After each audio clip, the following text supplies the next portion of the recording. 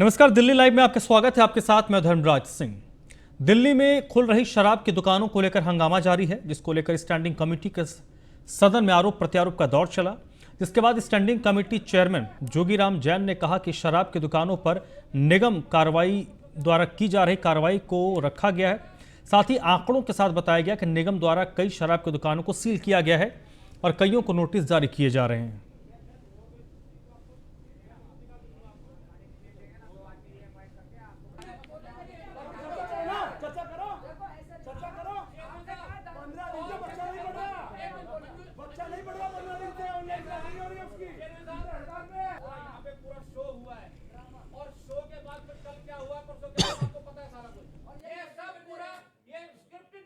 इसमें हमारे पूरे नॉर्थ दिल्ली म्यूनसिपल कॉरपोरेशन में 18 लोगों को शो काज नोटिस दिए गए।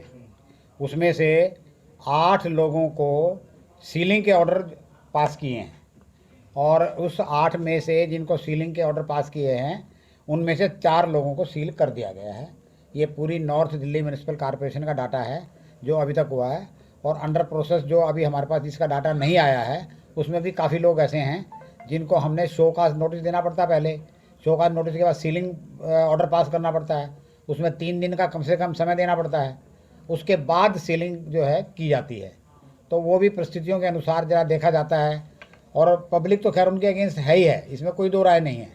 कॉरपोरेशन के जो हमारे पास रूल्स रेगुलेशन है उसको कंसीडर करते हुए हमने 4 लोगों को सील किया है।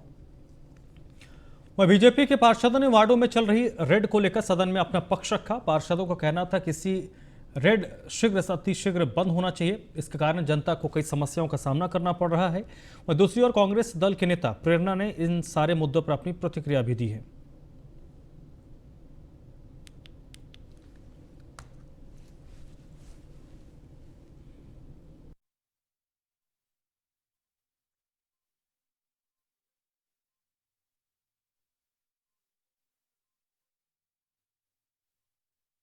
देखिए, मेरी नॉलेज में कोई भी सेंट्रलाइज रेड नहीं होती। जो भी रेड होती है वो जोनल लेवल पे होती है, और भाजपा के जो लोग हैं यही रेड कराने वाले हैं और यही रुकवाने वाले हैं।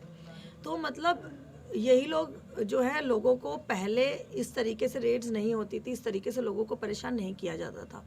आज जब लोगों के पास रोज़गार नहीं है, आए दिन रेड्स करा के उनको परेशान करने का काम किया जा रहा है, तो भाजपा यहाँ पर स्टैंडिंग कमेटी में ये हवाला दे रही है कि सेंट्रलाइज्ड रेड और जोनल रेड। मेरी नज़र में तो अफसरों को बुलाकर उनकी जवाबदेही तय होनी चाहिए, गाइडलाइंस तय होनी चाहिए कि किस तरीके की रेड हो और किस तरीके की ना हो। देखिए, मेरी नॉलेज में कोई भी सेंट्रलाइज्ड रेड नहीं होती। जो भी देखिए, सेंट्रल रेड है जब हर वार्ड के अंदर एचआई है, और हर वार्ड में और हर जोन में जब एचआई रेड करता है तो इस सेंट्रल रेड की कोई आवश्यकता नहीं है, क्योंकि कोई भी हमें नहीं मालूम जब सेंट्रल रेड का जिसको भी चार्ज दिया जाता है वो आके हमारे वार्डों में हड़कंप मचाते हैं, किस किस का सामान उठा के ले जाते हैं, और एक दहशत का माहौल बन जाता है। जब एक लोकल वार्ड में रेड की प्रक्रिया है तो सेंट्रल रेड हमें ख़त्म कर देनी चाहिए। बीच में ये रेड ख़त्म हो गई थी, और पिछली बारी स्टैंडिंग कमेटी में भी ये मुद्दा उठा था कि जब यहाँ पे कोई अधिकारी थे जिनको ये सेंट्रल रेड दी गई थी, तो हमने यही बात कही थी कि आप सेंट्रल रेड ख़त्म कर दो। स्वास्थ्य मंत्री सत्येंद्र जैन ने आज पटेल नगर स्थित सरदार वल्लभ भाई पटेल अस्पताल में नई लेटेस्ट टेक्नोलॉजी के एक्सरे मशीन का उद्घाटन किया। इस मशीन की खासियत यह है कि 1 घंटे में 50 से ज़्यादा एक्सरे ये कर सकती है। वहीं ओमिक्रॉन के मामले को लेकर सत्येंद्र जैन ने कहा कि अभी तक 10 मामले आए हैं, अधिकतर लोग बाहर से आ रहे हैं जिनका इलाज लोकनायक अस्पताल में चल रहा है। सबका एक्सरे तुरंत कर दिया जाएगा, और ये डिजिटल एक्सरे लगने से काफ़ी सुविधा है लोगों को। क्या कुछ इसकी सर लेटेस्ट एडवांस टेक्नोलॉजी की एक्सरे मशीन है, और पहले एनालॉग थी, अब डिजिटल कर दी। So how many people can be done? मतलब मुझे लगता है जितने आएंगे उससे ज़्यादा हो सकते हैं। 150 plus we can go in 24 hours, no problem. उससे भी बहुत ज़्यादा हो सकते हैं। एक घंटे के अंदर भी 50 हो सकते हैं। अगर 6 घंटे में लगाएं 200-300 भी हो सकते हैं। इतनी जरूरत नहीं पड़ेगी। सबका एक्सरे काशी विश्वनाथ कॉरिडोर और अयोध्या में राम मंदिर निर्माण कार्य के बाद अब लोगों में मथुरा को लेकर उम्मीद बढ़ गई है। इसको लेकर मथुरा से सांसद हेमा मालिनी ने कहा कि बीजेपी मथुरा में विकास का कार्य कर रही है। यहाँ के संकरी गलियों को लेकर भी लगातार काम हो रहा है। करने के लिए बीजेपी सांसद हेमा मालिनी जी हैं। मैम, मथुरा के विकास को लेकर भारतीय जनता पार्टी कितना सोच रहे हैं, क्योंकि पहले अयोध्या में भव्य मंदिर का निर्माण शुरू हो गया, अब काशी विश्वनाथ धाम की आपने देखा किस प्रकार से उद्घाटन हुआ, अब क्या मथुरा की बारी है, किस प्रकार से मंदिर का निर्माण? मंदिर तो बहुत है हमारे मथुरा में, वो सिटी ऑफ टेम्पल्स कहते हैं, कृष्ण की जन्मभूमि है।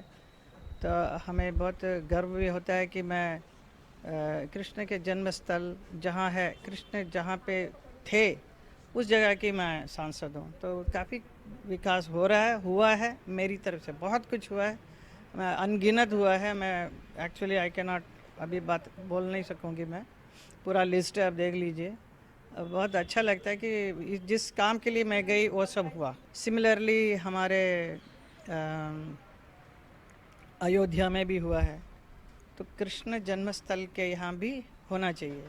समस्या वो है छोटी छोटी गलियाँ और मंदिरें बहुत हैं। मैम, महिलाओं की जो उम्र है, शादी की उम्र है, 18 साल से बढ़ाकर अब 21 साल सरकार करने जा रही है, कैबिनेट में इसको मंजूरी मिली है, इसको लेकर एक महिला के तौर पे आप क्या देखती हैं? ये बहुत सही किया है। मुझे कई बार सुनने में आता है कि 18 साल या इवन 15-16 साल की लड़की, अभी रिसेंटली एक आदमी है वो 28 ईयर ओल्ड, उसके साथ शादी हो रही है। She is too young to marry a man like that, you know. Difference सिर्फ 2-3 साल का होना चाहिए, लेकिन 21 ईयर इज़ करेक्ट, उससे ऊपर, उससे पहले नहीं होना चाहिए। मैम, आखिरी सवाल, विपक्ष लगातार भारतीय जनता पार्टी को अजय मिश्र टेनी के मुद्दे पर घेर रहा है। कल भी जिस प्रकार से पत्रकार के साथ बदसलूकी हुई, इसको लेकर आपकी क्या प्रतिक्रिया है? विपक्ष जो है वो अजय मिश्र टेनी की बर्खास्तगी की जो मांग है वो कर रहा है, निश्चित तौर पे यूपी सरकार इस पर कार्रवाई कर रही है। चीफ मिनिस्टर योगी जी हैं उत्तर प्रदेश के, उनकी वजह से बहुत कुछ बदलाव आया है, बहुत अच्छा कुछ हुआ है। मेरा भी संसदीय क्षेत्र में भी मेरा जो विकास भी जो हुआ है वो it is definitely Yogi ji की वजह से, साथ देने की वजह से। अभी जो विपक्ष लोग जो कर रहे हैं वो अपना काम कर रहे हैं, हम लोग हमारे काम करते रहेंगे। धन्यवाद मैम। ये थी हमारे साथ बीजेपी सांसद हेमा मालिनी जी, जिनका साफ तौर पे कहना है कि योगी सरकार उत्तर प्रदेश में काफ़ी विकास कर रही है और ऐसे ही विकास चलता रहेगा। वीडियो जर्नलिस्ट राम त्रिपाठी के साथ पीयूष तिवारी, नई दिल्ली। मुरादाबाद के सांसद एसटी हसन ने केंद्रीय गृह राज्य मंत्री अजय मिश्रा टेनी को लेकर कहा है कि ऐसे लोगों पर कार्रवाई करना चाहिए, साथ ही टेनी को अपने पद से इस्तीफा देना चाहिए। केंद्रीय गृह राज्य मंत्री अजय मिश्र टेनी एक बार फिर से चर्चा में है। उन्होंने अपने गृह क्षेत्र लखीमपुर में स्थानीय जो पत्रकार हैं उनके साथ बदसलूकी की है। हमारे साथ बातचीत करने के लिए समाजवादी पार्टी से सांसद एसटी हसन साहब है। सर, किस प्रकार से देखते हैं? पहले आरोप लगता है उनके बेटे पर कि उन्होंने किसानों पर गाड़ी चढ़ा दी, अब कहीं ना कहीं बदसलूकी करते नजर आ रहे हैं उनके पिता।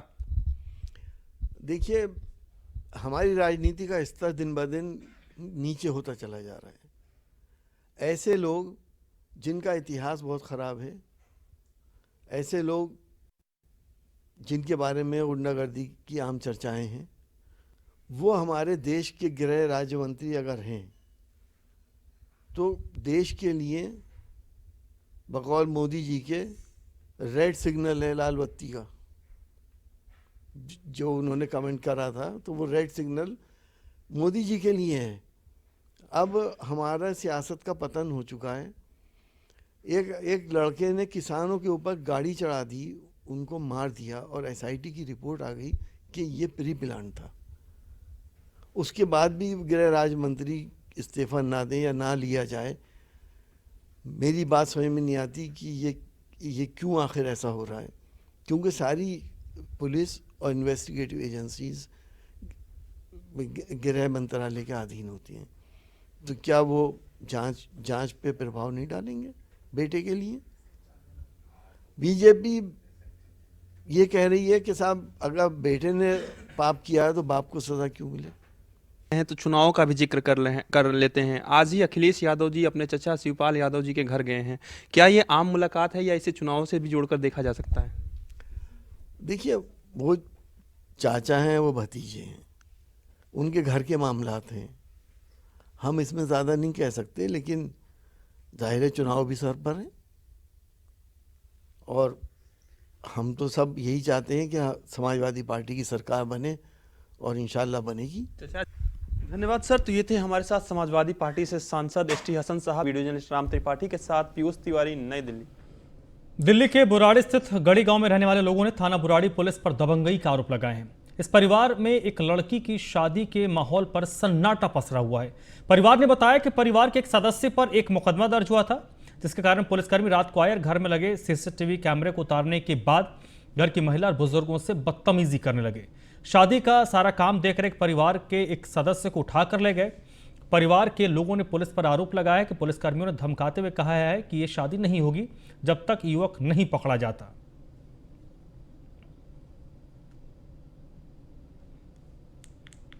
जी 4-5 पुलिस वाले थे, एक लेडीज भी थी उनके साथ, और हमारा कैमरा उतारा पहले तो आगे उन्होंने, फिर हम मेरे पे भी हाथापाई करी, कई चाटे मारे मेरे में। उन्होंने पता क्या तेरा लड़का कहाँ है, इनाम कहाँ है। मगर जी मुझे क्या पता, मैं तो बीमार हूँ, दवाई खा रहा हूँ। जब भी नहीं मेरे को छोड़ा, फिर अंदर घुस गए घर में। लड़की जहाँ बैठी थी बानों पे बैठी हो, आज बारात आनी उसकी है जी। लड़की की चुटिया पकड़ के उसे दीवार मार देंगे, बता तू बता है जी। ऐसे ऐसे उन्होंने बेइज्जती मेरे घर में आके करी है। और तड़के सुबह फिर आगे जो लड़का हाथ मुख्तियार है, काम शादी का काम कर रहा, उसे उठा के ले गए, उसके मारा यहाँ पहले तो है जी। छुटान बड़े तो किसी आदमी को चोट फोट भी लगी। मेरे देवर के हाथ में सारा काम है शादी का, और उन कह रहे शादी की लड़की की शादी नहीं होने देंगे। और गुलशाद नाम है उनका, उनको उठा के ले गए। किस बात पर उठा कर ले गए? कुछ मेरे पति पे झूठा आरोप है, उनको उठा के ले गए गफ्फार बन के। बोले कि उसका इनकाउंटर कर दिया, उसकी बॉडी उठा लाओ। मैं उसका गोली मार दी, तो लड़की को भी बाल पकड़ के मारा है। दिल्ली के थाना जहांगीरपुरी कपड़े की दुकान में चोरी करने वाले 4 चोरों को गिरफ्तार किया गया है। पुलिस ने चोरों के पास से कार के साथ चोरी के सामान बरामद किए हैं। बीती रात कपड़े की दुकान में सेंधमारी की शिकायत मिली थी। दुकान से 8 लाख रुपए के कपड़ों के साथ दुकान में लगे सीसीटीवी के डीवीआर को भी चोर लेकर गए, जिसके बाद जहांगीरपुरी की पुलिस ने मामले में सतर्कता दिखाते हुए कुछ ही घंटों में इसको सुलझा लिया।